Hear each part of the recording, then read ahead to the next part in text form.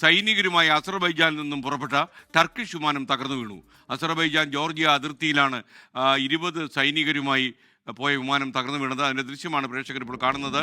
അപകടത്തിൽ എത്ര പേർ മരിച്ചു എന്ന് സ്ഥിരീകരണം ഇതുവരെ വന്നിട്ടില്ല. ആ ദൃശ്യം പ്രേക്ഷകരെ കാണിച്ചു തരാം.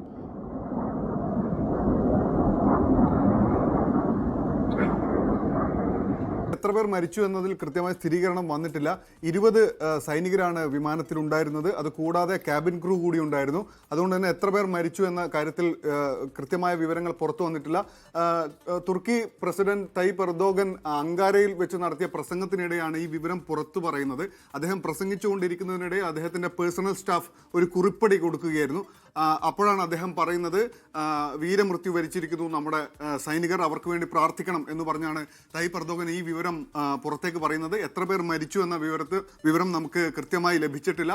അതിന്റെ കണക്കുകൾ ഇനിയും പുറത്തു വരേണ്ടതുണ്ട്. C-130 എന്ന് പറയുന്നത് തുടർച്ചയായി തുർക്കി സ്ഥിരമായി സൈനികരെ പല സ്ഥലത്തു നിന്നും മറ്റൊരു സ്ഥലത്തേക്ക് ട്രാൻസ്പോർട്ട് ചെയ്യാൻ വേണ്ടി സ്ഥിരമായി ഉപയോഗിക്കുന്ന വിമാനമാണ് C-130 എന്ന് പറയുന്നത്. ഇതാണിപ്പോൾ തകർന്നു വീണിരിക്കുന്നത്. അത് എത്ര പേർ അതിൽ മരിച്ചു, എത്ര സൈനികർ വീരമൃത്യു വരിച്ചു എന്നുള്ള വിവരങ്ങളെല്ലാം ഇനി പുറത്തു വരേണ്ടതുണ്ട്. ജോർജിയ അസർബൈജാൻ അതിർത്തിയിലാണ് ഈ അപകടം സംഭവിക്കുന്നത്. ഇപ്പോൾ ഈ രണ്ട് സ്ഥലത്തെയും ഈ സൈന്യം അതുപോലെ തന്നെയുള്ള മറ്റ് ഏജൻസികൾ ചേർന്നുകൊണ്ട് തിരച്ചിൽ നടന്നുകൊണ്ടിരിക്കുകയാണ്, രക്ഷാപ്രവർത്തനം നടന്നുകൊണ്ടിരിക്കുകയാണ്. SK